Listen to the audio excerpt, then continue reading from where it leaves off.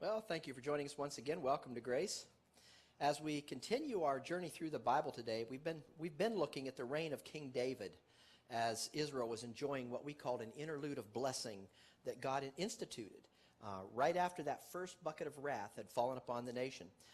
Israel hadn't merited the taste of the kingdom to come, but God graciously gave it to them nonetheless to show them the stark difference in having him deal with them graciously, which he was doing during this interlude of blessing, and having him deal with them according to what their behavior merited under the law contract. During what has been called Israel's golden age, God was giving the nation every opportunity to confess their failure to live up to the dictates of the law. And they had sworn they could live up to the dictates of that law contract, not only faithfully, but consistently. And of course, we know James said if you failed in one, you failed in all. So God didn't give them the law to make them good. He gave them the law to show them they could never measure up. The flesh is worthless when it comes to meriting God's righteousness through performance. So we've already seen the patriarchs' failure. We've seen Adam's failure. We went down through the patriarchs. We looked at David's flesh and the failure of David's flesh. We looked at that over and over again. Even after God blessed David, beyond what we would think, beyond measure, by telling David that he would establish an everlasting kingdom for a son that would come from David's loins, David proved the incapacity of his flesh all over again when it came to the woman named Bathsheba. Just as a quick reminder, you'll recall that the issue from the very outset of our journey through the Bible, the very issue from the outset of the Bible narrative has been one of establishing the fact of the great capacity that's resident in God's name, as opposed to the incapacity of the flesh of humanity. Through each of the books we've examined thus far, we've seen the same cycle repeat itself over and over again. First, God demonstrated the capacity that he had in his name. We'll just show you this slide. He demonstrated the capacity that was resident in himself, in his name, and then he shows us the incapacity of the flesh of man. So it just repeats itself through each of the books we've examined thus far. We've seen the same cycle as it continues. God demonstrated his capacity, what he could become for man, by exercising all that was resident in his name on man's behalf graciously. And then he would show us that man would fail over and over. Man would then get to that point where he would call upon God. God would exercise the capacity resident in his name all over again, and man would feel great, and everything would be roses, so to speak, for a time, and then man would fail all over again. And so he's showing us that cycle. Not only did God exercise the various facets of his compound Jehovah name on behalf of the men of time past, he also allowed the people of time past the opportunity to prove the incapacity of their flesh. He just let it go on. God demonstrated his name, followed by a demonstration of man's failure. That's the cycle we can expect. And that's been the biblical cycle since the beginning. If Israel was to ever become what God promised them they will indeed become in time future, a holy nation, a kingdom of priests, a peculiar treasure above all nations, then the people of his nation would need to learn the lesson that they would have to call upon God, depend solely upon God, to be some things for them and to do some things for them, things that they could never do or be for themselves. And they'd have to depend upon the Most High God to do and be those things on their behalf graciously. As having him deal with them meritoriously would never work. This is why God put the people of Israel under that law contract in the first place. He wanted them to realize their incapacity and thus their need of him, and then call upon him.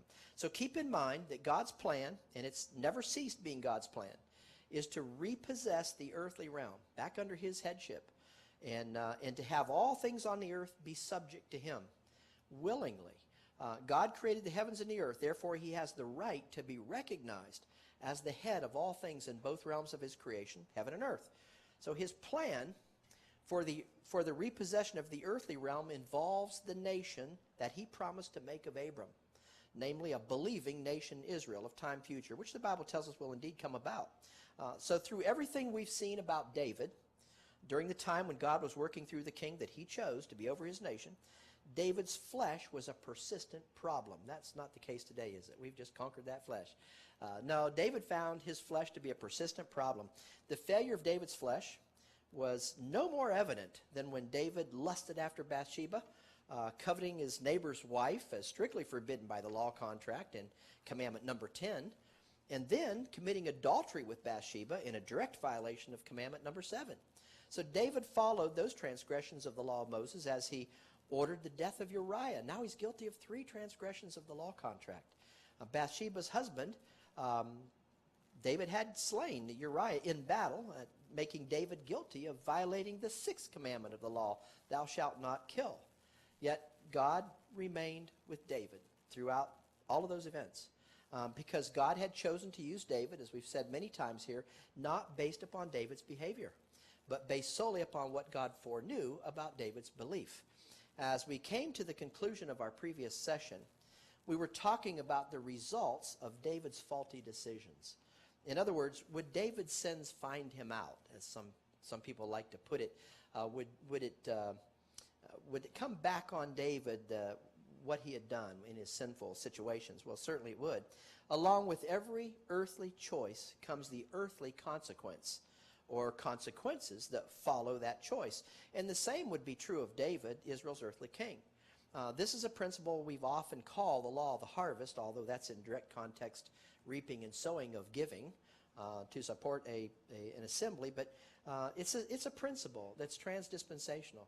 What we sow, we're going to reap. And that's very true in the behavioral aspect, not from God himself, but from the flesh. We can always expect a natural, let's call it a natural. We can always expect a natural harvest to come from the earthly choices we sow. God does not have anything to do with that, but he allows the natural consequences of our earthly choices to play themselves out. And as we've said so many times, God does not remove the earthly consequences of our faulty earthly decisions. He allows them to play out. However, when God was working with the nation Israel, according to the law contract, the Israelites could expect to not only reap the natural consequences of their faulty decisions, but to also reap some supernatural, we might call them, consequences to their sinful decisions as a result of God personally responding to those sinful situations. So when it comes to David's sins in connection with Bathsheba, David could expect to see not only the natural consequences of his faulty indiscretion there, but also a response from the Most High God due to what we read as we come to the end of chapter 11, verse 27. Let's take a look. 2 Samuel chapter 11, verse 27. And when the morning was past, David sent and fetched her. Her who? Well, Bathsheba. He sent and fetched Bathsheba to his house, and she became his wife, and bare him a son. But the thing that David had done displeased the Lord. Now, this is the first time we've seen this with the man named David, man after God's own heart. He had now displeased the Lord. So let's first talk about the natural consequences of David's sinful actions. Fortunately, we're not told that Bathsheba and Uriah had children. So I think we can safely assume they were childless. For a daddy to die in battle would have been devastating for the children of that father. The loss of a daddy is devastating in our day from whatever cause. I'm sure it was no less devastating in King David's day. Remember, Uriah was a man of integrity, according to the biblical account, so he might very well have been a good daddy had he had children. Fortunately, no children involved, as we see nothing of the sort in the scriptural account. But how about Uriah's wife Bathsheba? Let's think about her for a moment. Was there a natural earthly consequence to David's sinful decision to have her husband Uriah slain? Was there a sowing and reaping principle in place, and that she would reap the natural consequence of that affair with Uriah? Of course there was. Bathsheba mourned according to the account. We see that in chapter 11, verse 26. And when the wife of Uriah heard that Uriah, her husband, was dead, she mourned for her husband. She was grieving that he was gone. Obviously, Bathsheba loved Uriah. Elsewise, she wouldn't have grieved. She would have rejoiced when he was gone. But she's mourning his death here. It wasn't that Bathsheba had planned a liaison with David and carried it out in a betrayal of her husband. Verse 4 of chapter 11 tells us the precise opposite was true. And David sent messengers, plural, says more than one. David just didn't send someone out to tell Bathsheba, somebody's got a crush on you, what do you think? He sent more than one. So he obviously thought she might fight this off. She might not want this advance. So he sent messengers, and notice it, took her. Didn't ask her, go back with me, and the king's got some surprises for you. He took her, and she came in unto him. Because those men, however many there may have been, and they were overpowering, I'm sure, and he lay with her. For she was purified from her uncleanness, and she returned unto her house. Notice the verse does not say she lay with him. Isn't that interesting? Sometimes you can glean some things from these passages if you look at them very carefully. It doesn't say she lay with him. He lay with her. Now, that may seem like an insignificant subtlety, but we need to understand that David, being Israel's king, no less, and Bathsheba having to be forced to go to his house in the first place, it took multiple messengers, she wasn't given a whole lot of options in this situation. In that sense, folks, Bathsheba was, in a very true sense, raped. She might have tried to fight David off, but how successful do you think she would have been once the king had made up his mind? David obviously had no qualms about having Uriah killed. Doesn't appear to me that saying stop, Bathsheba saying stop, would have done Bathsheba any good whatsoever. This shows us the digression of the flesh when it comes to satisfying its own lusts. The last thing on King David's mind at that time was whether or not the Lord would be displeased with what he was about to do. He didn't care. He wasn't thinking in that direction. What was the natural earthly consequence of David's sinful decision? Well, Bathsheba was now pregnant. Is that not a consequence? She was now pregnant with another man's baby.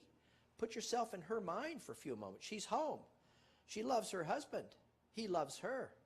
And she's been brought to the king's house, and now she's carrying someone else's baby, a situation she'd have to explain to her husband when he came home. Do you not suppose that Bathsheba suffered a bit of stress and mental anguish about what had taken place? I bet her mind was in turmoil. I'm sure she did. Stress and anguish are natural consequences of unwise earthly decisions. And this time, that stress and anguish had been brought upon another by a decision made by David, a decision Bathsheba could do nothing about. It works no differently, folks, in our day. Our faulty decisions, the sinful decisions we make, have an effect on those around us, whether we realize those decisions affect other people or whether we don't.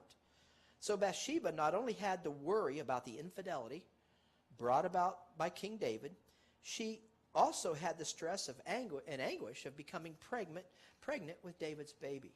That stress and anguish was not unwarranted, as she found herself carrying that baby. And if you think back and put yourself in her mental state, I'm sure she was suffering greatly.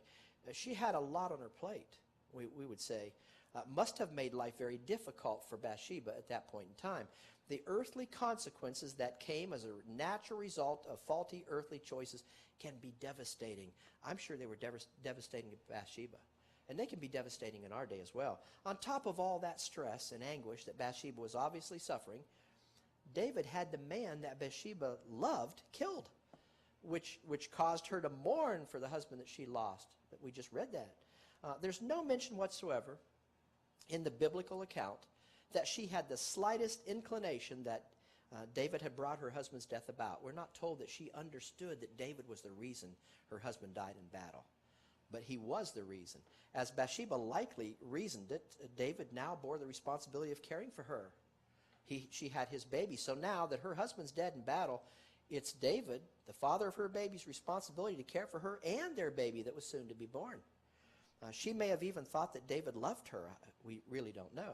But whatever the case, the natural negative consequences that came as a result of David's earthly decisions were many. And we can kind of put ourselves back in her mindset and see the anguish going on at that time. But what about the supernatural consequences that would come as a result of God's disapproval of David's actions? Keeping in mind, once again, that God was operating with the nation Israel according to the law of Moses. Well, the first thing that God did was to bring David to a realization of his displeasure at what David had done.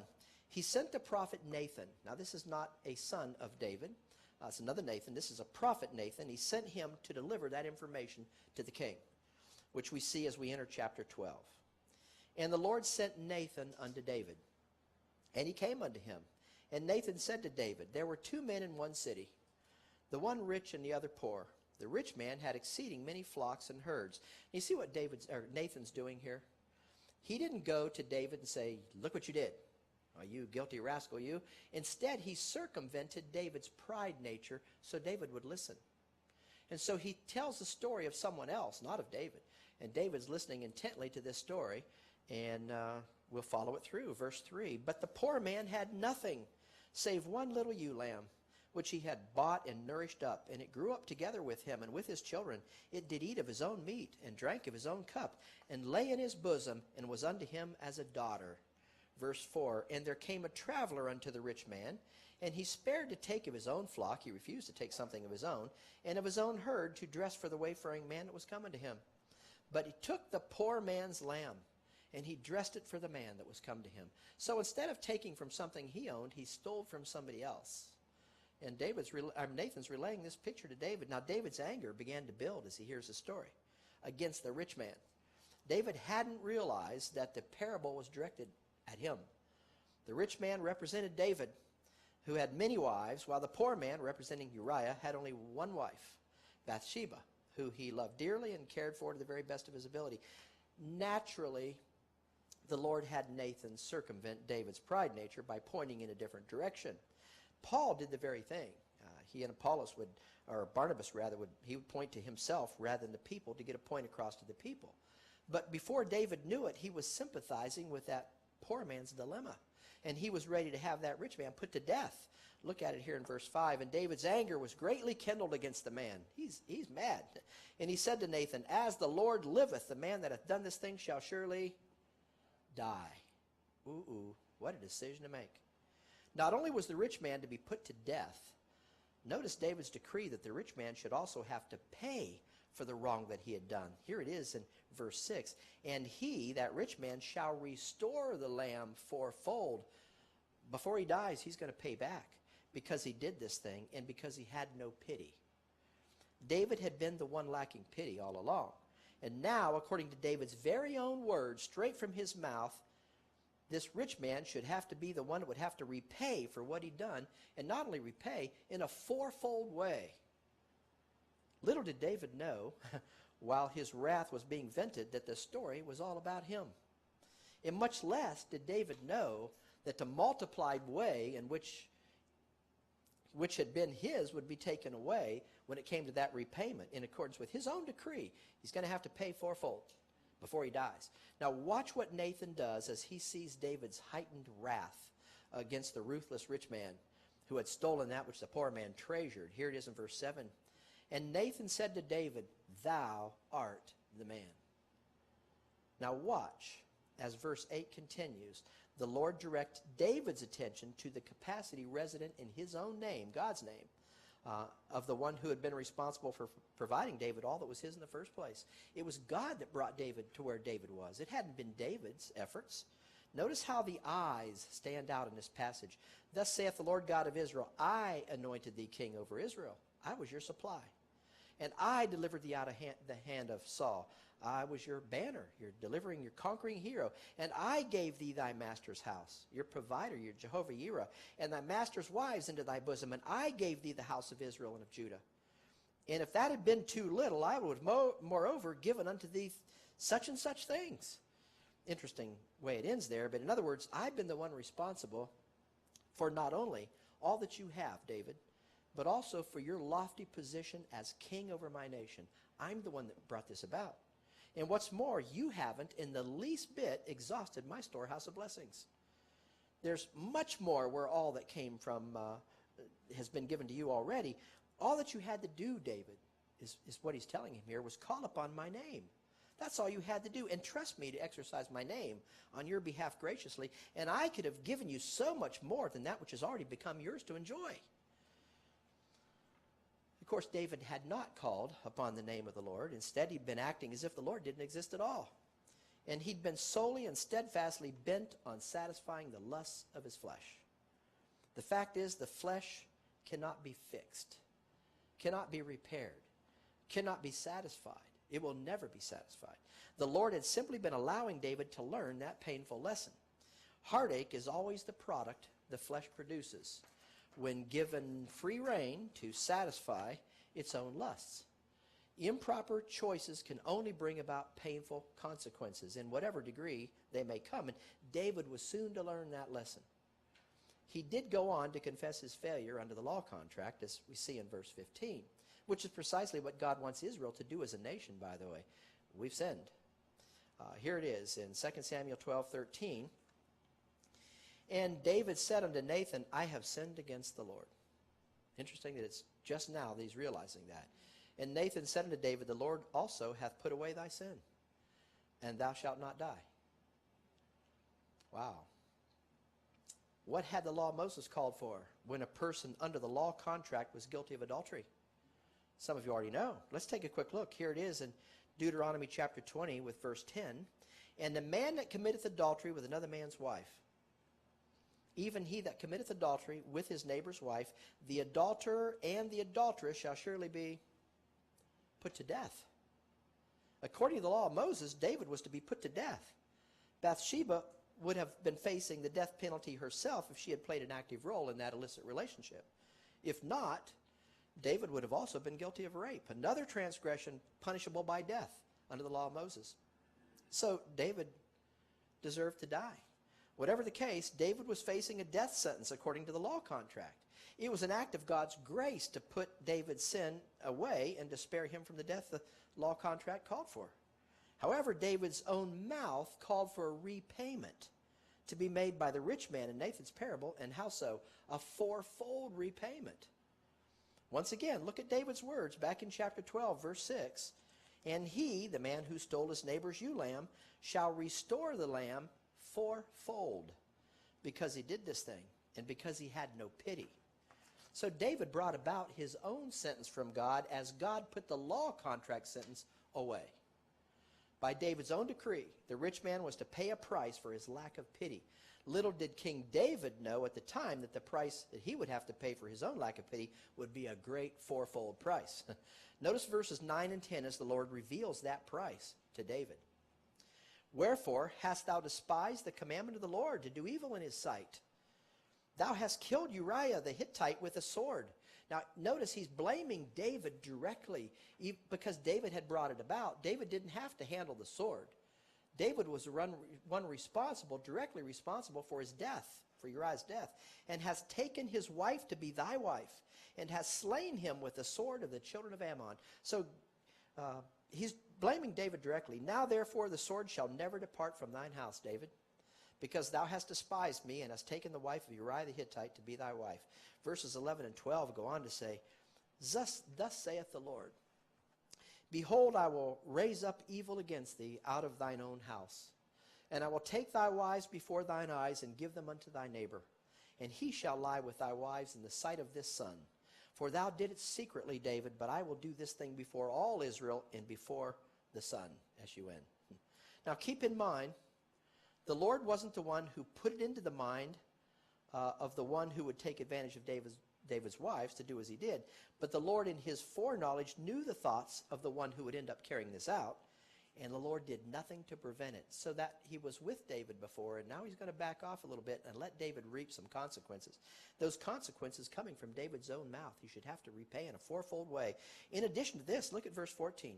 Howbeit, because by this deed thou hast given great occasion to the enemies of the Lord to blaspheme, the children also that is born unto thee shall surely, or the child that also that is born unto thee shall surely die. So God wasn't going to step in and prevent that either. He's going to allow that to happen. Now, this, if you think about it and transfer this over, the principle over to Paul's day about putting the man out of the assembly in Corinth that had his father's wife, whether stepmother or mother, who knows, but it was an incestual relationship taking place. And it wasn't the fact that this believer, soul shall be saved in the end, it wasn't the fact that this believer had done something and it was so dastardly that we can't have him around.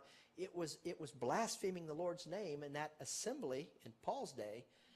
What a testimony to the assembly in Paul's day as this man doing this thing was doing it openly and saying, well, I have liberty and grace. I can do whatever I want to do, as I assume to be the case. And Paul says, put him out of the fellowship. Put him out from among you. And, of course, the purpose was always restoral, that he might be brought back in, that he might realize what he'd done. Talk about a fourfold repayment, though, when it came to King David. David was about to lose the son of his sin, we could call it. The son Bathsheba bore him by way of that illicit affair. The son died soon after being born. Some commentators say he probably died being born, but he died soon after being born. I don't think it's in the text that it happened at birth. But this wouldn't be the only price that David would have to pay. That fourfold repayment statement, remember, had come from David's own mouth. So there was more to come for King David. God declared in verse 10 that the sword would not depart from David's house. This tells us that strife and infighting, where his children would be concerned, would be something David would have to painfully endure, as great hardship in that regard was on its way to David's door. We see one of those painful situations appear as we enter chapter 13 with verse 1. And it came to pass after this that Absalom, the son of David, had a fair sister, whose name was Tamar. And Amnon, the son of David, loved his brother's wife, or sister rather, loved his brother's daughter. And Amnon was so vexed that he fell sick for his sister Tamar. Actually, sister, not daughter. For she was a virgin, and Amnon thought it hard for him to do anything to her. So he's fallen for his sister. I guess a lot of distress was coming to David's house, just as David's own mouth had decreed. David had been unable to control his own passions when it came to his desire for Bathsheba. So think about it. Now David would learn that one of his sons, the son named Amnon, was facing a similar situation, but in this case, Amnon's passion was aimed at Amnon's own sister. I've constructed a diagram to show you the interrelationships of David's children. This might help you better picture what was taking place and the strife and the infighting the Lord was talking about when he told David, the sword will never depart from thine house, David. I've listed David's 8 wives here. Keep in mind that he had at least 10 concubines and possibly more wives. I've also listed the sons born to David through those various wives. And as you can see on our King David's wives diagram, Amnon, David's son, through his third wife, Ahinoam, had begun lusting for his half-sister through David's fourth wife, Maacah, as you can see there on the illustration. Amnon wanted more than a brother-sister relationship with Tamar. Now, was this an infraction of the law contract? Would anybody know whether this was a direct transgression of the law? I mean, after all, she was his half-sister, was she not? Oh, same father, but different mother. So would this have been an incestuous relationship contrary to the law contract? Well, let's take a look. The answer is not so obvious. But it soon would be, as Amnon was plotting his attempt to fulfill that lust of his flesh. We'll take a look.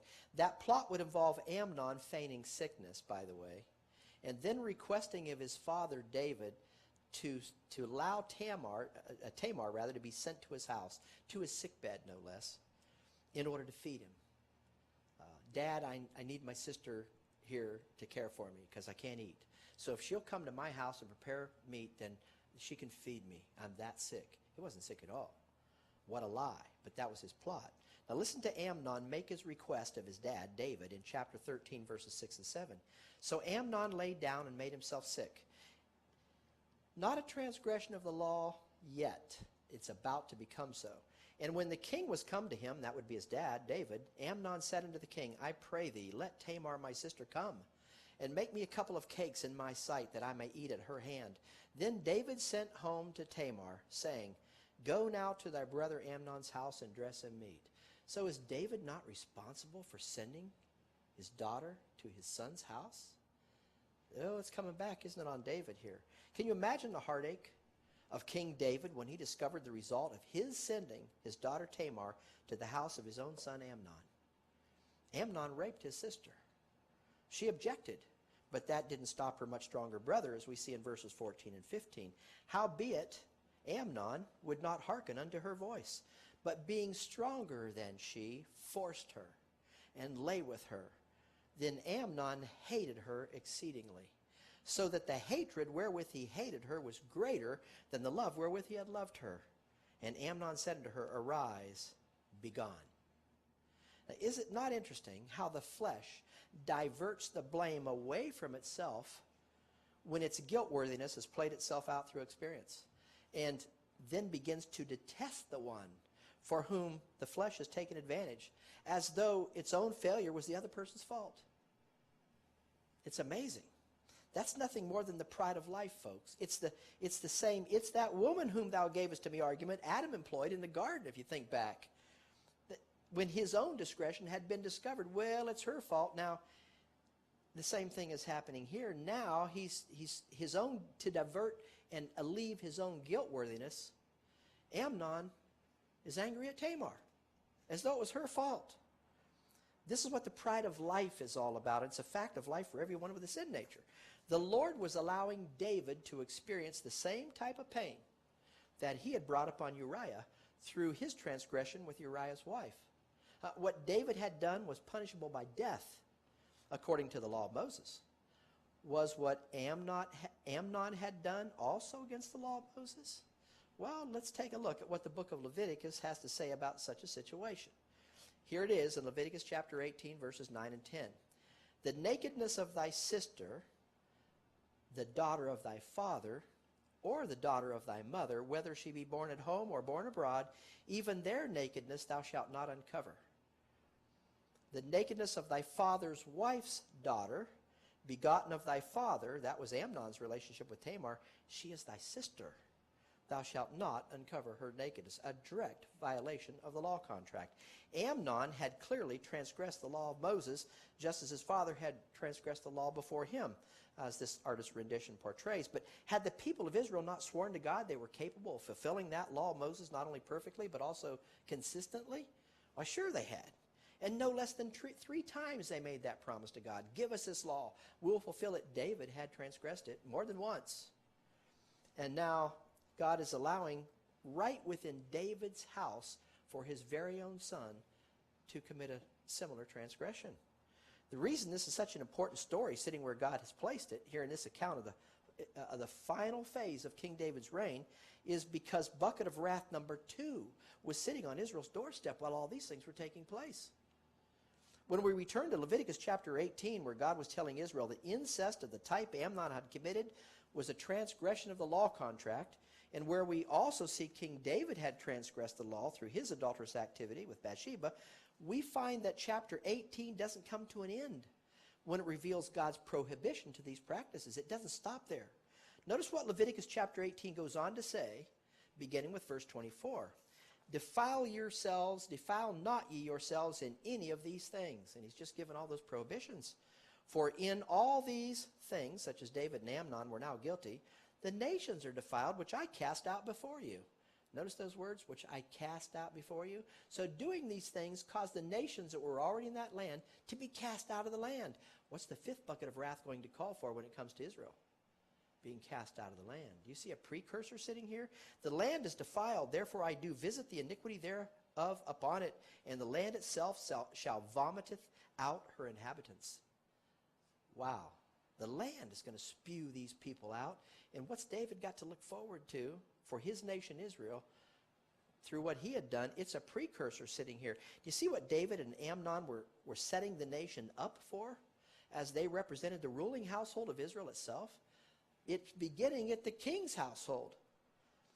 Bucket number 5 of wrath, sitting in Leviticus chapter 26, called for Israel to be vomited out of the land should that fifth bucket fall on the nation. God had warned Israel before they ever entered their promised land that such behavior as David and his son Amnon were guilty of would call for that casting out. Let's jump back to Leviticus chapter 18, where we see God's further prohibition against David and Amnon's transgressions. Ye shall therefore keep my statutes and my judgments, why they had sworn they could do so, and shall not commit any of these abominations, neither any of your own nation, nor any stranger that sojourneth among you. For all these abominations have the men of the land done, which were before you, and the land is defiled. David and Amnon were defiling the land. That's how important this land is to God, who's going to repossess it. And now David and Amnon, it begins at the top, were defiling the land. Here's the telling verse, verse 28. And the reason why the Israelites should be particularly careful not to be guilty of the practices of which King David and his son Amnon were now guilty, that the land spew you all out also, when ye defile it, as it spewed out the nations that were before you. So Leviticus in advance told them what the land would do if they were guilty of what they had sworn they could uphold. And here David is. It's obvious that the transgressions of David and Amnon were precursors, in a sense, of the worthiness of the nation as a whole for the buckets of wrath they had been promised early on to commence falling on their heads. Well, as we continue in 2 Samuel, we see that the sword did not depart from King David's house, just as the Lord had foretold. He's suffering in that fourfold manner.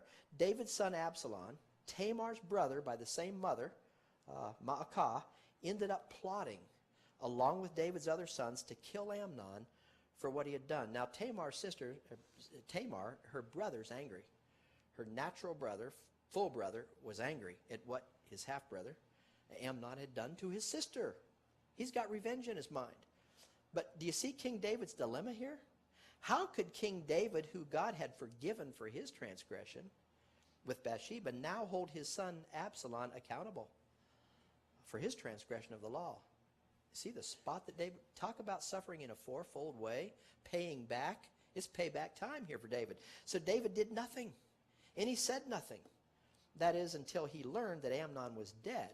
Let's continue with the story, verse 36. And it came to pass, as soon as he had made an end of speaking, that, behold, the king's sons came, and lifted up their voice and wept.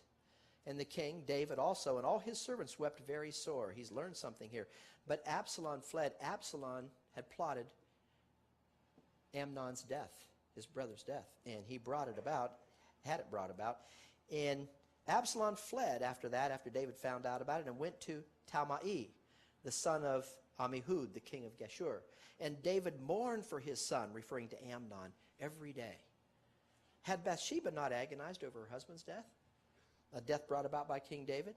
Even though King David hadn't personally raised the sword, as would be said in the vernacular of our day, the chickens had come home to roost. Now David's seeing his own sin played out before his own eyes, and he's suffering the way Bathsheba would have mourned. David was now being subjected to the same type of heartfelt agony that he had inflicted upon Bathsheba by having her husband killed. David and his servants wept, and the verse says, very sore. Verse 36. They wept very sore for the son he had now lost. David longed for Amnon because David's son Absalom had his servants kill Amnon in revenge for what he had done to Absalom's sister. Why? David had been guilty of the same thing Amnon was now guilty. David was getting a taste of his own medicine, and the taste was most bitter, I'm sure, at that time. Obviously, Absalom realized that his father would eventually find out that he had been the one responsible for his brother Amnon's death. So he fled to Geshur. You can see it there on this little map. And he stayed out of David's sight for 3 years. Now, just like Amnon ended up despising the one he had been guilty of injuring, his sister Tamar, Absalom would in time turn against the one that he had been guilty of injuring, his father. This is how the pride nature works. His father David. He did return to Jerusalem after his 3-year absence in Geshur.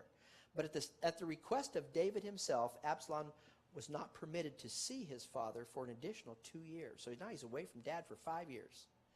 Doubtless David was harboring some anger and some resentment toward Absalom, as we can see here, because David was grieving for Amnon, who had been killed.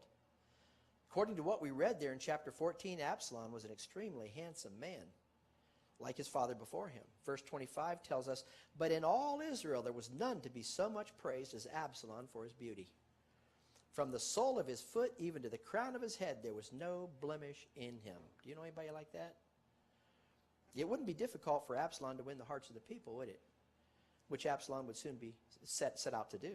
Whenever a person came to the city to see David, in order to have a judgment rendered by the king, who was to render that judgment, Absalom would meet that person at the gate. He hung out at the gate for this purpose, with the words we see in chapter 15, verse 4. See if you can see a plot in Absalom's mind here. Absalom said, moreover, to the person coming for judgment, oh, that I were made judge in the land, that every man which hath any suit or cause might come unto me, and I would do him justice. Oh, your father won't? And it was so that when any man came nigh to him to do him obeisance, he put forth his hand and took him and kissed him. What do politicians do today when they want to be voted into office? They kiss the babies, don't they? Feigned humility and a promise to resolve all their problems. Absalom was the true politician, out schmoozing the population that he was slowly winning over to his side. After 40 years, according to the biblical account, Absalom journeyed to Hebron with the intention of rebelling against his father and overthrowing his father's kingdom. Naturally, the support of the people of Hebron, who were more than likely insulted because David had moved his kingdom from Hebron on to Jerusalem. So we see the reaction of David and his men when they get word of Absalom's intentions in verses 14 and 15. And David said unto all his servants that were with him at Jerusalem, Arise and let us flee, for we shall not else escape from Absalom. Make speed to depart, lest he overtake us suddenly and bring evil upon us and smite the city with the edge of the sword. And the king's servants said unto the king, Behold, thy servants are ready to do whatsoever my lord the king shall appoint. David's getting out of town, because David knows that Absalom's out to take his kingdom, out to overthrow him, and David's ready to flee. David and his men took refuge beyond the Jordan River, we're told. This gave Absalom a clear path right straight into Jerusalem, where David would suffer another insult at the hand of his rebellious son. The sword would not leave his house. Talk about the one without pity needing to repay fourfold. David's getting a taste of it. He was paying dearly at this time. Now you may recall that it was from his vantage point on the rooftop. Where was David when his sin took place with Bathsheba? Was he not on his rooftop? That's where he eyed Bathsheba, with whom he committed adultery. Now watch what was about to happen, about to take place from that very location, David's rooftop, as Absalom entered Jerusalem. This account sits in chapter 16, verses 21 and 22, as we're working our way toward the end of 2 Samuel. And Ahithophel said unto Absalom, Go in unto thy father's concubines, which he hath left to keep the house, and all Israel shall hear that thou art abhorred of thy father. Then shall the hands of all that are with thee be strong. So they spread Absalom a tent where? Upon the top of the house. And Absalom went in unto his father's concubines in the sight of all Israel. Wow. In the very same place that lust was born in the mind of David, now his son has entered Jerusalem, and he's taking his father's concubines in the very same location. There's another important picture here of David typifying Christ that you may not have noticed unless you know something about the man named Ahithophel. For that, let's jump ahead to the book of 1 Chronicles for a moment, chapter 27. Here we find a listing of the leaders who assisted David and went in and out with him month by month throughout all the months of the year, the Bible tells us. Notice one of those men whose name appears in chapter 27 and the first part of 33. And Ahithophel was the king's counselor. Now, Ahithophel was the one telling Absalom, take your father's concubines. He was someone who David had trusted in very much. In fact, they had become very close friends, according to Psalms 41, written by David himself.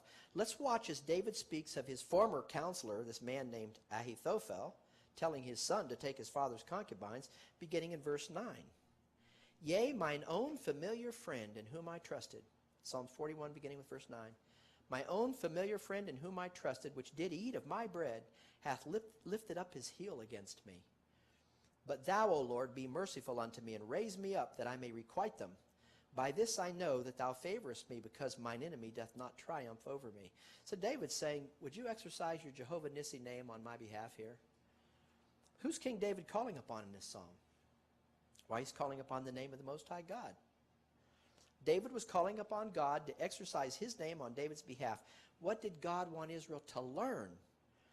He wanted them to learn that they could count on him to do that when they called upon his name. And, of course, he would put his name into operation on their behalf, and he'd do it graciously. So David trusted in the Most High God to do that very thing, which can be seen as David concluded Psalms 41 with verses 12 and 13. And as for me, thou upholdest me in mine integrity, and settest me before thy face forever. Blessed be the Lord God of Israel from everlasting into everlasting. Amen and amen. So be it, and so be it. David had more to say about Ahithophel in the 55th Psalm. So you can see how the Psalms go hand in hand with David's life. He wrote them. So when you get into the Psalms, you can see things happening in David's life and go back and see what David's attitude was while these things were taking place. Listen to David's words there as they appear in verses 12 through 14 of Psalm 55. For it was not an enemy that reproached me. It was Ahithophel, his very own counselor. Then I could have borne it. Neither was it he that hated me that did magnify himself against me. Then I would have hid myself from him. But it was thou, a man mine equal, my guide and mine acquaintance, Ahithophel. We took sweet counsel together, and we walked unto the house of the God in company. Ahithophel had become a traitor. Do you not catch the picture of David typifying Jesus Christ here? What comes to your mind? Important stuff as we see here. Did Israel's rightful king, well, we know it was David. He was betrayed by a close associate, one who had befriended him and worked closely with the king on a regular basis. Would Jesus Christ, also Israel's rightful king, who came along later on in Israel's history, not also be betrayed by one who had gone in and out with him on a regular basis? The man named Judas Iscariot. You see the typification here? The picture should be obvious to us. Let's look back with me at 2 Samuel chapter 15, verse 31. And one told David, saying, Ahithophel is among the conspirators with Absalom. And David said, O Lord, I pray thee, turn the counsel of Ahithophel into foolishness. He's calling upon the Lord's name. The Lord had known ahead of time what Judas Iscariot would betray him. Here in verse 31, we see that David had known ahead of time that Ahithophel would act as the traitor where he was concerned. Absalom, David's son, had been no less a traitor to his father, as he had been plotting his father's death with Ahithophel the entire time. David eventually encountered his son's forces in what had been called the battle. It's been called the Battle of Ephraim's Wood, because Absalom's forces and David's forces are going to meet up. It's called the Battle of Ephraim's Wood. How would David's men fare in this conflict? Didn't David just call upon the Lord's name? The answer lies in chapter 18 of verses 6 and 7. So the people went out into the field against Israel, and the battle was in the wood of Ephraim, where the people of Israel, fighting on behalf of Absalom, were slain before the servants of David. And there was there a great slaughter that day of 20,000 men. Was the Lord with David and his people? Absolutely. More of the forces fighting against David's men escaped into the woods than were killed in the conflict, according to the account. 20,000 were killed, and more than that fled into the woods. One of those who escaped was Absalom. Absalom himself, who made his exit upon a mule, the Bible tells us. Notice what happened to Absalom, though, as he was making his hasty retreat in chapter 18, verse 9.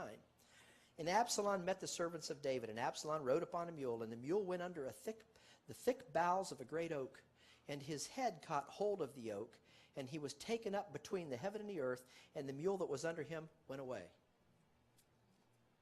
In other words, this one who had betrayed his father had hung himself. Not intentionally, of course, but there he was, hanging by the head of his hair, caught up in the thick boughs of an oak tree, as this artist's rendition portrays. That was not such an amazing thing to happen, given what we're told about Absalom's hair, back in 2 Samuel chapter 14, verse 26. Why am I staying on these things about hair? I don't know. Okay, 2 Samuel chapter 14, verse 26. And when he, Absalom, polled, that means cut or shaved, his head, for it was at every year's end that he polled his hair, because the hair was heavy on him, therefore he polled it. He weighed the hair of his head after he polled it at 200 shekels after the king's weight. Now, does that give you any idea of anything? That's a lot of hair. 1 shekel weighed 11 grams. Does that help? Not really. So Absalom hair weighing 200 shekels would translate to nearly 5 pounds, actually 4.85 pounds to be more precise. Now, we don't know how long he let his hair grow each year, but the verse does tell us that he polled it every year.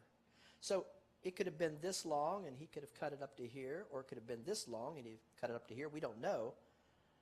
But the word polled there comes from a primitive root meaning to be bald, figuratively to shave off.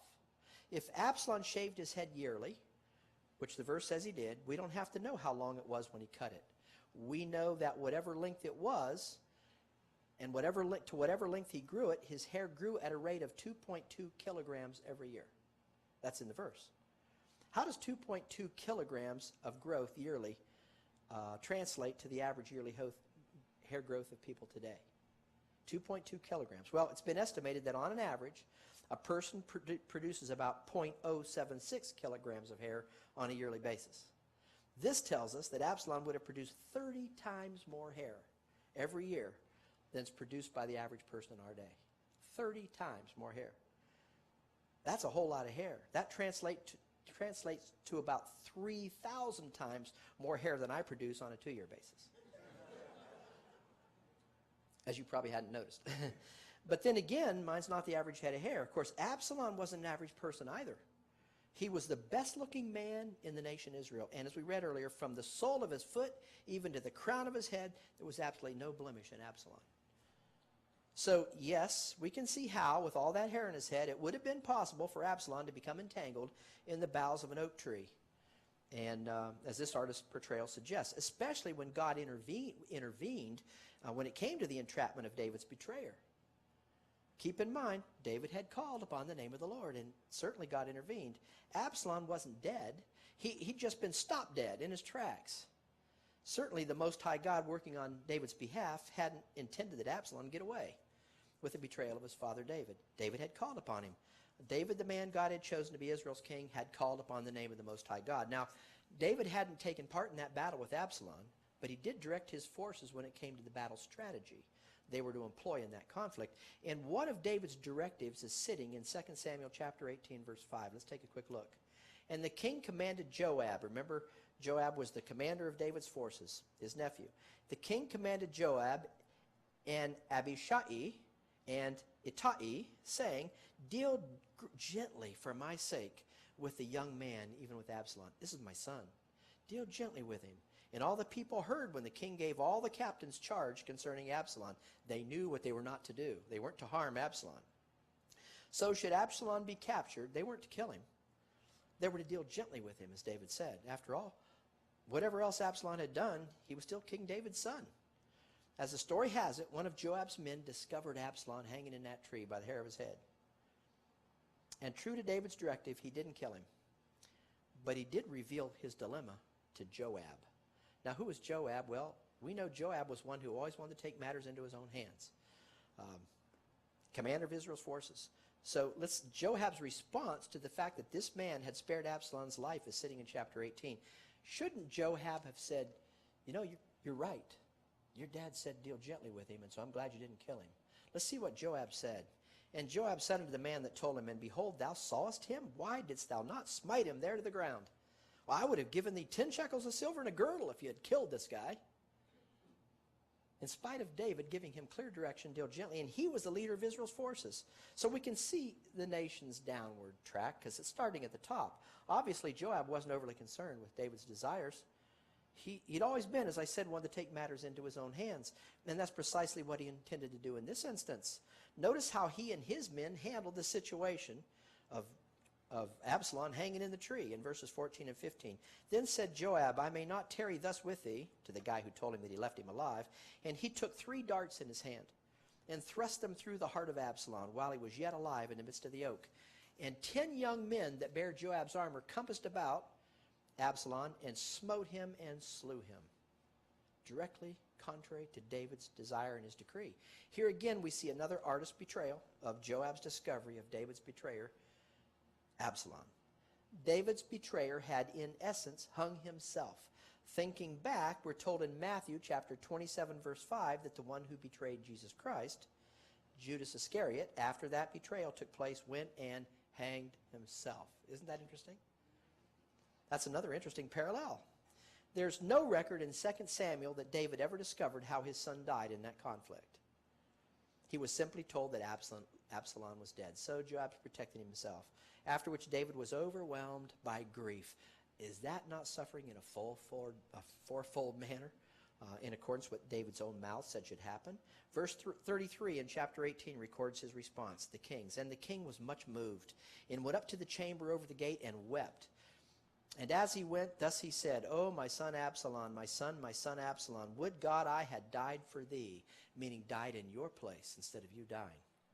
O Absalom, my son, my son. Do you see another parallel picture sitting there? If you don't, you should. David's son betrayed his father, and in that betrayal, he became David's enemy. In fact, Joab would later accuse David of hating his friends and loving his enemies. Here we see David crying out that if it had been at all possible, he would have willingly died in the place of the one who had become his enemy. Well, Jesus Christ willingly died for the Israelites as they had become his enemies. In fact, the Israelites were the very ones crying, "Crucify him, crucify him." In spite of his love for his people, they wanted Christ, their rightful king, dead. But even though the picture's present, Christ went far beyond King David. Christ actually did die in the place of the people of God's nation, as we see in Matthew chapter 20, verse 28, even as the Son of Man came not to be ministered unto, but to minister, and to give his life a ransom for all.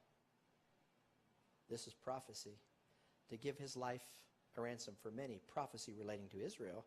Christ died for his enemies, according to prophecy. This is why the verse tells us that he gave his life a ransom for many. Of course, God would appoint a new apostle, we know that, the Apostle Paul, to tell us how Christ died for more than his enemy in Israel at that time. In accordance with the revelation of the mystery, he gave himself a ransom for all to be testified in due time. If it doesn't, you should remember this verse. Look at here, Romans 5, verse 10. For if when we were enemies, we were reconciled to God by the death of his Son, much more, having been reconciled, we shall also be saved by his life. Christ died in our place while we were enemies of God, according to the revelation of the secret to be revealed by the Apostle Paul, who, as we said earlier, 1 Timothy 2:6, gave himself a ransom for all to be testified in due time. So we've seen picture after picture after picture of the various ways in which King David typified the Lord Jesus Christ. They wouldn't have had a clue of any of this in King David's day, folks, but we can certainly look back and we can see how God had his Son's death in mind for all mankind all along. Israel went on to defeat their enemies during the remainder of that interlude of blessing. God ushered in and he gave it to his nation. He gave them a picture of what they could have if they would only abandon the notion that they had righteousness in themselves, make their confession they couldn't live up to that contract for their righteousness, and simply call upon the Lord to exercise his name on their behalf and to do so graciously. This is the lesson God was teaching them. Apparently, King David learned that lesson because of his statement made at the close of chapter 22 in verse 15. He is the tower of salvation for his king, and showeth mercy to his anointed, unto David, and to his seed forevermore. In spite of all that David had learned, do you suppose that David's flesh had been refined? Now he's going to change that flesh and make it Christianize his flesh? Well, was David now a better man from fleshly perspective? Or was David's flesh what David's flesh had always been, bent on satisfying its own lusts? You recall the illustration we used in an earlier study entitled Israel's Cycle of Sin, as we were going through the time of Israel's judges? Here it is again, just to refresh your minds. It's the same pattern God's shown us from the outset of his plan to teach his people Israel the meaning of his name. He showed us Israel's failure and the result of that failure. After a time of suffering, the consequences of that failure, Israel made their appeal to the Lord, after which the Lord made provision for the deliverance of his nation. All things began looking up, and Israel realized how God had blessed them. A time of complacency began to set in as the people lost sight of how God had worked graciously on their behalf. That complacency was nothing more than the fleshly nature of man allowed free reign. And before any time at all, the nation was right back in a state of failure all over again. What's happening to David back here? Do you see why we've got these stories where they are? Same pattern we've seen in our study of David here in 2 Samuel. In spite of the failure of his flesh, David finding himself on the receiving end of what he himself had sown, God would exercise his name on David's behalf, and he would do so graciously over and over and over again. So God has been showing us throughout our studies the incapacity of fleshly man on the one hand, while holding up the capacity resident only in his name on the other hand. He's been proving to us through all of these studies of Israel's program and our journey through the Bible thus far, the incapacity of fleshly man to merit anything from God by way of human performance. We've seen it over and over. We saw it with Adam. We saw it with the Gentiles. Prior to the establishment of Israel, we saw it with Noah. We saw it with Moses. We saw it all over again with the patriarchs of the nation God promised he would make of Abraham. And here again, we're seeing it in 2 Samuel in the life of David, God's chosen king. What a lesson we're learning as we go through the life of David in our journey through the Bible. Stay with us, and we'll see that David's about to fail again another time. We'll pick that up where we left it off in our next lesson next week as we continue on in our journey through the Bible. Interesting studies as we see what God's showing us all along and how this is doctrine we can apply to today. No man's flesh will ever perform to the standard of God's righteousness, because the flesh will always revert to the only thing the flesh can do, and that's to try to fulfill the desires of the flesh.